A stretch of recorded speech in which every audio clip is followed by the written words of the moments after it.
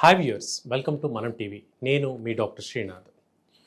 మనం చలికాలంలో ఎక్కువగా చూస్తుంటాం శ్వాస పీల్చుకోవడంలో ఇబ్బంది అనేటువంటి లక్షణాన్ని. ఈ కంప్లైంట్ ఎక్కువగా రావడానికి గల ప్రధాన కారణాల్లో సైనసైటిస్ని ముఖ్యంగా చెప్పుకోవచ్చు. ఈ సైనసెస్ అనేవి ముక్కుకు ఇరుపక్కల ఉండేటువంటి ఎముకల్లో ముక్కులోని ద్రవాలు బాగా నిండినప్పుడు చలికాలంలో ఇబ్బందికరంగా మారతాయి. శ్వాస పీల్చుకోవడంలో ఇబ్బంది, తల పట్టేసినట్టుగా ఉండడము, చెవి బ్లాక్ అయినట్టుగా అనిపించడము, గొంతు నొప్పి, అలాగే కొంచెం వాటర్ మింగాలన్నా కూడా ఇబ్బంది. దీంతోపాటు విపరీతమైనటువంటి తలనొప్పి. ఎంతలా అంటే తల ముందుకి వంచినప్పుడు తలంతా భారంగా ఉండేంతలా తలనొప్పి రావడం ఈ లక్షణంలో కనపడుతుంది. ఇవన్నీ కూడా అప్పర్ రెస్పిరేటరీ ట్రాక్ట్ ఇన్ఫెక్షన్స్గా మనం చెప్పుకుంటాం. అయితే దీనికి సైనసైటిస్ అనేది ప్రధానంగానే కాకుండా కొన్ని ట్రిగరింగ్ ఫ్యాక్టర్స్ కూడా ఉంటాయి. ముఖ్యంగా కొన్ని రకాల మొక్కలకు ఎక్స్పోజ్ అయినప్పుడు వాటి నుంచి వచ్చేటువంటి పరాగ రేణువులు పాలన్ గ్రెయిన్స్ యొక్క ఇన్హలేషన్ మూలంగా ఈ లక్షణాలు కనిపిస్తుంటాయి. ప్రధానంగా పార్థీనియం అనేటువంటి గ్రాస్ ఉంటుంది. ఈ గ్రాస్ ఎక్కువగా మనం ఇన్హేల్ చేయడం మూలంగా కూడా ఈ రెస్పిరేటరీ అలర్జీస్ అనేవి చాలా ఎక్కువగా కలుగుతూ ఉంటాయి. వీటికి పదే పదే ఇన్హేలర్లు వాడకండి.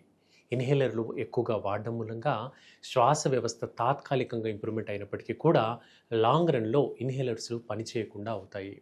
కాబట్టి నెబులైజర్సు, ఇన్హేలర్స్ లాంటివి అక్కర్లేకుండా మనకు రెగ్యులర్గా హోమ్ రెమెడీస్ అనేవి కొన్ని తెలుసుకుంటే చాలా మంచిది.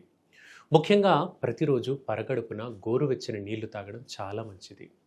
ఒక చిన్న గ్లాసుడు గోరువెచ్చని నీళ్లు తాగడం మూలంగా గొంతులో అడ్డుకున్నటువంటి శ్లేష్మం అంతా కూడా క్లియర్ అవుతుంది. అది జీర్ణ వ్యవస్థలోకి వెళ్ళి తద్వారా మలబద్ధకం లాంటి సమస్యలు లేకుండా, అలాగే కఫం అనేది సైనస్లో అడ్డుపడకుండా కాపాడుతుంది. ఇక రెండవది, ఈ సమస్యతో బాధపడేటువంటి వ్యక్తులు యూకలిప్టస్ ఆయిల్ అనేది మనకు మార్కెట్లో విరివిగా దొరుకుతుంది.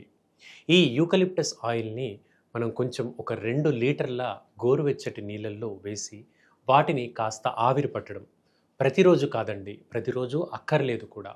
కేవలం ఒక 2-3 రోజులకు ఒకసారి ఈ యూకలిప్టస్ ఆయిల్ని కొంచెం గోరువెచ్చని నీళ్ళలో ఒక 4-5 చుక్కలు వేసి ఇన్హేల్ చేయడం మూలంగా మనకు అప్పర్ రెస్పిరేటరీ అలర్జీస్ అన్నీ కూడా చాలా వరకు తగ్గించబడతాయి. అలాగే మనం ఉదయం నుంచి సాయంత్రం వరకు జర్నీ చేసినప్పుడు మన ముక్కులో సహజంగా ఉండేటువంటి వెంట్రుకలు కొంచెం దుమ్మును దూరం చేస్తూ ఉంటాయి. అవంతా కూడా శ్లేష్మంలో నిండినప్పుడు అది క్లియర్ అయ్యేందుకు ఈ యూకలిప్టస్ ఆయిల్ అనేది చాలా హెల్ప్ఫుల్గా ఉంటుంది.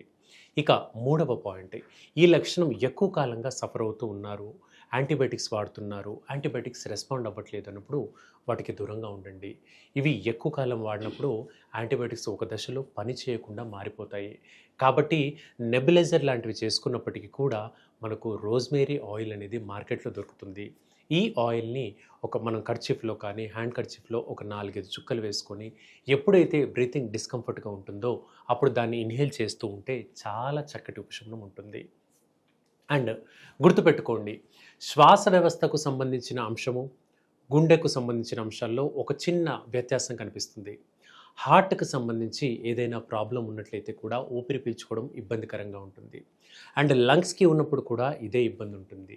కాకపోతే హార్ట్ లక్షణాల్లో మనకు గుండె దడ అధికంగా ఉండడము, చెమటలు ఎక్కువగా పట్టడము, అలాగే ఎడమ చెయ్యి భాగంలో చెయ్యి లాగుతున్నట్టుగా విపరీతంగా నొప్పి ఉండడము, దవడ భాగంలో నొప్పి ఉండడం లాంటి లక్షణాలు కనపడితే అవి గుండెకు సంబంధించిన అంశాలుగా చెప్పుకోవచ్చు. అంటే హార్ట్ స్ట్రోక్ కానీ, బీపీ అధికంగా ఉన్నప్పుడు కానీ వచ్చే లక్షణాలు. ఇవి కాకుండా ఉండేటువంటి లక్షణాలన్నీ ఇప్పుడు మనం చెప్పుకున్నటువంటి శ్వాసలో ఇబ్బంది తలెత్తేటువంటి సైనస్ ఇతరతర సమస్యలు. సో వ్యూవర్స్, వింటున్నారు కదా, ఇలాంటి మరిన్ని హోమ్ రెమెడీస్ అన్నీ కూడా మీకు మనం టీవీలో క్లియర్గా ఎక్స్ప్లెయిన్ చేస్తాను. మీకు కానీ ఈ సమస్య కానీ ఇంకేదైనా హెల్త్ కంప్లైంట్ అనిపిస్తే కింద కామెంట్ సెక్షన్లో కామెంట్ చేయండి. వాటికి క్లియర్గా రిప్లై పెడతాను. Thank you for watching.